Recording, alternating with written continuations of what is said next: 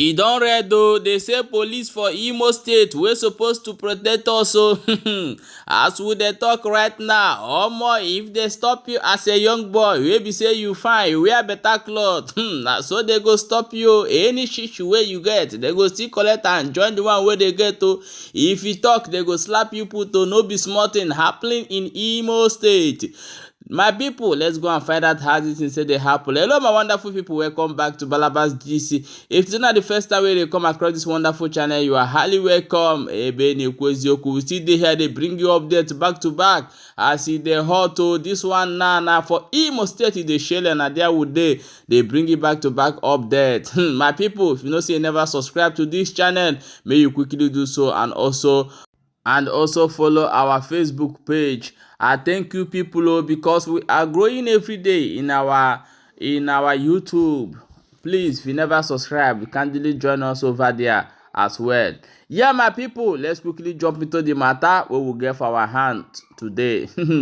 They say Imo State Police oh, this their police brutality, e no go everly end o. Lie for lie. They say the way they take they carry youth for inside Imo State now, and if they know say you dey dress well, omo, e don become contact to them o. The one wey you get, they go still collect am from your hand. If you talk, they go carry their kala, say they go buy you. This thing dey happen for Imo State.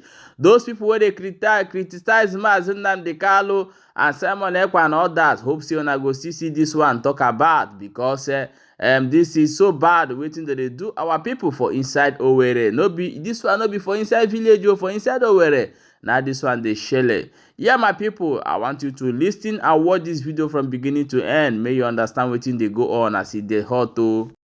Ọ dị mma, aga m aga straight to the point. Aga m achọ ka mgbuwe oge n'okwu a m chọrọ ikwu ugbu a, n'ihi na o teela iji kwuo okwu a. Ndị uwe ojii na ndị joint task force ndị nwere n'Imo steeti kamgbe Christmas ihe ha na-arụ wee na-erugharị n'ala Owerri, na-erugharị na-epik guys randomly, ahụ ụmụaka bụ machine na-agba akwụsị ha, kụrụ ha na machine kụbaga ha na Sienna, kụrụ ha na machine kụbaga ha na Hilux, a na-epik yarị ụmụaka here and there. Gaa to World Bank last roundabout, ebe World Bank ụmụgomadia every day ndị a na ebe ahụ na-ekuru ụmụ okorobịa abịa anapụ gị 50,000, anapụ gị 100,000. iburu ezigbo moto park ya gị were POS gị transfer ego. Bịa na Akwa Junction here, the same thing. Bịa na Speedbat, the same thing. Onweghị every nook and cranny of this town nowhere here ndị police na-eme this thing. Now, I want a very, very pathetic story. I will play the voice note. Very pathetic story. What I can see in IMT Enugu na alota. Puta na ata here. Eba ndami na ano na ata. Akron watakre kubage na Hilux. Search wa phone watakre. And the one head of department, one of the department na IMT. So when they go ha toga na their department. Nda see the boy be transfer the ba aju. See here we go school. Owo mere ha transfer. Ya lazia school by January ya gwa ha gene. Na ndami hụrụ ya n'ụzọ. Ndị joint patrol hụrụ ya n'ụzọ. Ya mere ha transfer ego ụmụaka ụmụ school toga na department ha. Ha ma this boy aka na mata 10,000 naira werie. The boy ekwu ha aka ọkụ egbe. Na ata here. I think Edru here. So can play the voice note to me nyerem so that kunu wike ghọta him na-ekwu ka apị dị ka ọ no anọkata na-ekwu. Because ihe ndị adịghị mma. Ya na-eji ekwu ewu o nwere ike echi ya abụrụ. And we want the commissioner for police to work on these things. When we report these things, when we raise alarm, the commissioner should work. The commissioner should set up a monitoring team to monitor these guys. Eh? I don't got a Bruce Sienna, I don't got a Bruce Possible, I don't got a Bruce, all these things are not, they show lack of indiscipline. They show lack of indiscipline. When officers of the law continue to break the law, but when I go down and break that same law, and they break, you suffer for it, you go in for it, but they will break it with impunity.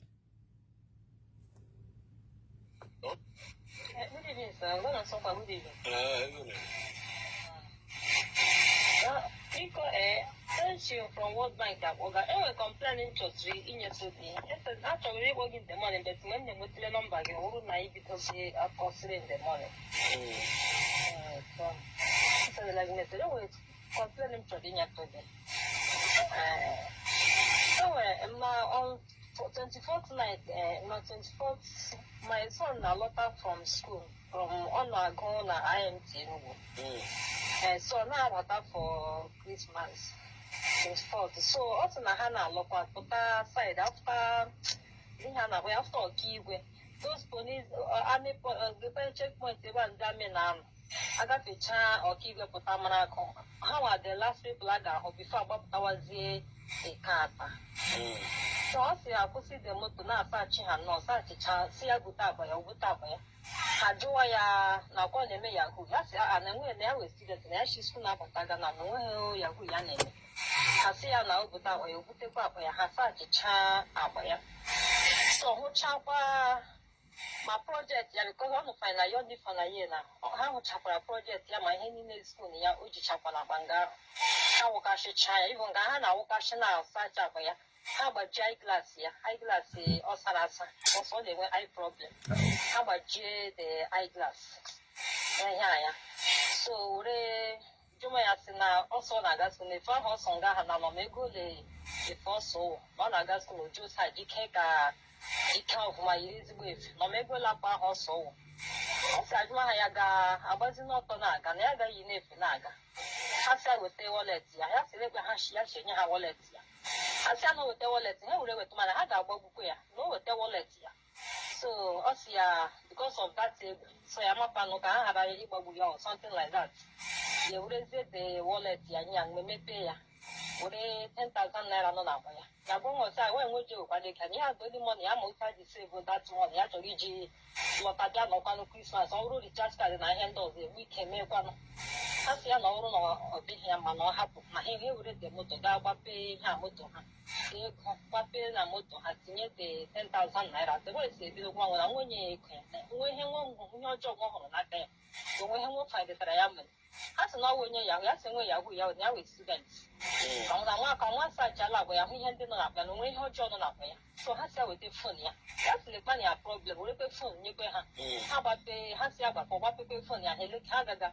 Also, her messages, Yanni, Hago China, Yahapo, Hagaga through it, Nobla, her joy, her hope, because all only post in Dojina school. So the boys, Yagan was no more HOD, and I hope warrior. Joy, I'm when you tell it, and when they know the guy had away here, and we heard your more on that day. So that's what boy HOD, some people don't have you, or you are not ban of food, and I have one.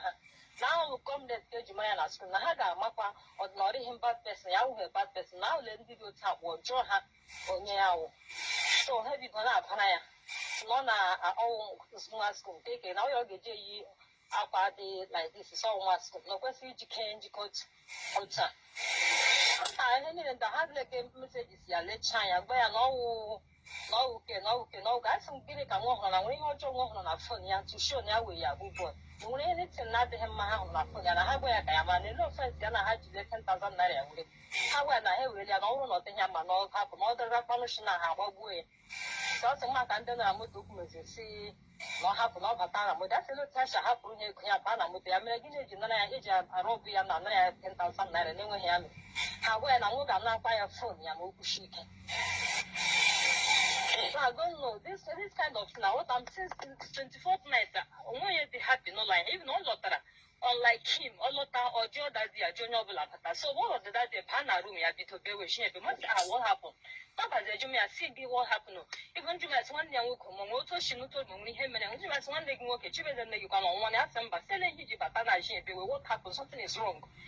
That's in damn Sabra gave Yatsam Bassi, how could you share as I said when you have Hana Yakoya. Such a Chamecha abuses in a hammy and Pacific, I would know she not in a hammy chaiba. Even Mahaja, where Romana Yako, Kuyatra, who since I send the Yakuyana Pepopa, Kayagala Christmas, and I'm going to chat the whole of them. There is a 500 naira, and so movies the Bonacos and no Jizia Bamotola. I guess we are not sure ATM minutes, Urego. So I say, I got China messages, Yahoo Magana school, how would you post? ego ndị ha no hand over ka kwa na account ya ha si ya no were that money mere ha transfer si again me transfer no we dey go o se tinye ka gale ha na ya drag ha si no ge mere la that transfer ha si ya na me transfer na le ha ge ja push ụgwọ ma ya mere ha transfer no we dey ya no ke ndị school no we dey ya nwe ha so ge mere la that transfer ma ka ha me drag ga zinazi ya wallet ya were ze that money no zi na boss ya no na wallet ya. Ọ dị mma, ụmụnne m na-anụla ya ihe awụ report Maddy's boy because the boy no onwe ya dị down. The boy dị down, ọ dị frustrated, iwe wege the boy. You know, ihe wege the boy. Ịma oge ụfọdụ o nwere ihe anyị na-ekwu na akụkata aka n'obi egosi ndị mmụọ ebe ndị dị mmadụ. Ịhụ na this boy dị depressed now. Because of 10,000 naira tagidere ahụ kpata o ji alọta Christmas. Ndị security agencies anarị ahụ. Ole obi this boy ga-eji ahụ ndị a n'ụzọ tomorrow. That's ole obi na ihu this boy ga-eji ahụ ndị a. Asịgodị nụ na o nwere ka this boy ji hụ ndị a na critical condition. Ọ dị ka this boy ga-erenda help. Na-agọta na ebe anyị na-eje. Ịhụ na ihe emere this boy now. Ha werele hatred for them tige this boy n'obi. But I know we and the security. I know they don't understand. They don't understand it. I've said it. This thing can only happen in Imo State. This kind of thing cannot happen in N0w. It cannot happen in Abia. Alex Otige Tigimau. It cannot even happen in Anambra. I'm telling you. He had a many Imo State. I get Abia. I got Anambra. I got N0w. Man, the security agencies, they behave anyhow here. In fact, Imo State is a free for all. It's a free for all. You rule elu bonye police, bonye army. Icho hani rule elu. Si make transfer ni Imo. Icho hani u millionaire. Make transfer ni Imo. Icho hani u kemoto as a police officer, as a military man. Just make onyahu transfer ni Imo State. This place is free for all. But you can't go to Abia and try this. You can't go to Anambra and try this. You can't go to N0w and try this. We are calling upon the Commissioner of Police to stop the extortion, the illegal extortion going on in Imo State, especially this Christmas period. We are calling upon the Commissioner to stop the illegal extortion, illegal abduction and arrest of Imo youths by security agents. Ndeke na agba Siena, ndeke na agba Hilux. They can use Bosimo. The CP should set up a secret monitoring unit to monitor these people. I na kuyo, kanye wuka ikuo, nke ha wuka hame, hachukwane ime aige eku. We keep saying it until they do it. We will keep saying it. We will not stop saying it. It is wrong. Very, very wrong for somebody who is meant to protect the law. Is breaking the law.